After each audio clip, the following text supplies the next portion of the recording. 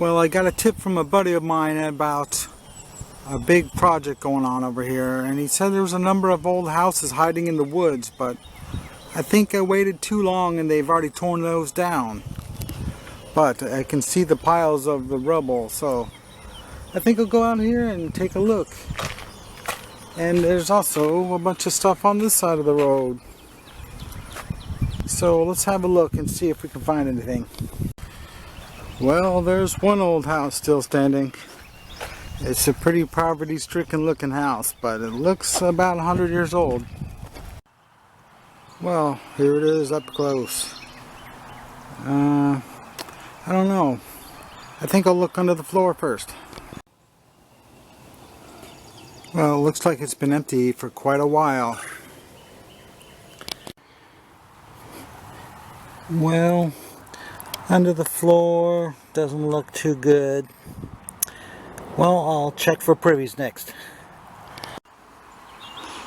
Well, it has a bunch of debris on the back of it. Some really big tree limbs and stuff. So that's the most likely spot for the privy to be, so I guess I'm out of luck on that. But we have another house over here, so let's go check under the floor over here.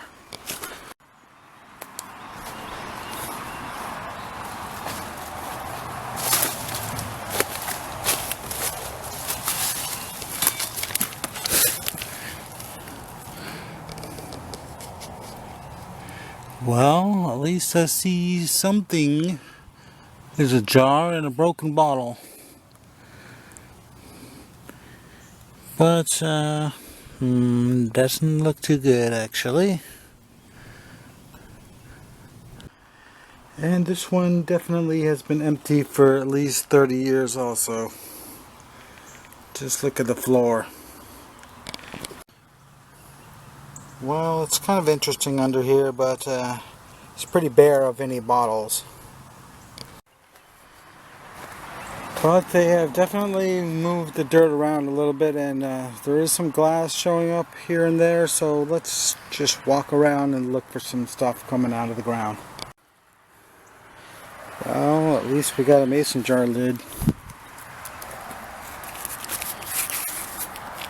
Worth at least $1. And we have some glass showing up, but it's certainly not old enough to excite me.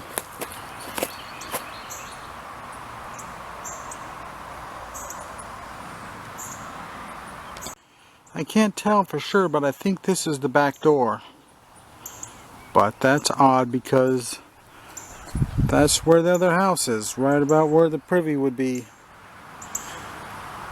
I really hate looking for privies in areas where the land is odd and large. I just never find privies in these places. It's so much easier in a 50-foot by 150-foot city lot. Even there, it's hard to find one. Even if it's a 50-foot square, it's just hard enough. But I really don't know if I want to even try over here. Well, I'm surface hunting and I'm seeing debris everywhere, but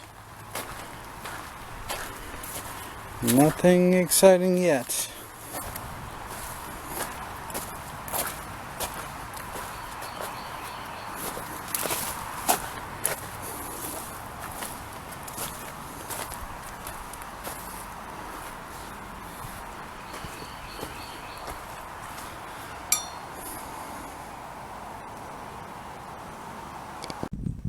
So overwhelmingly large that I just don't know if I'll be able to look at it all.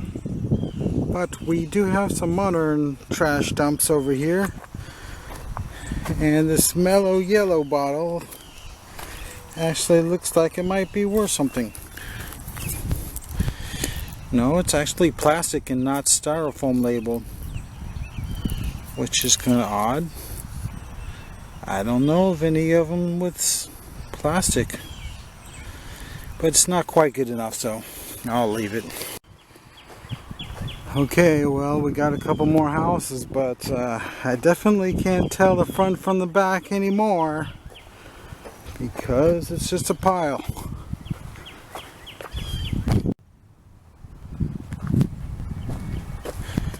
I figure at least 10 construction workers are working on this project, and it only takes one of them to have an interest in bottles to find everything. So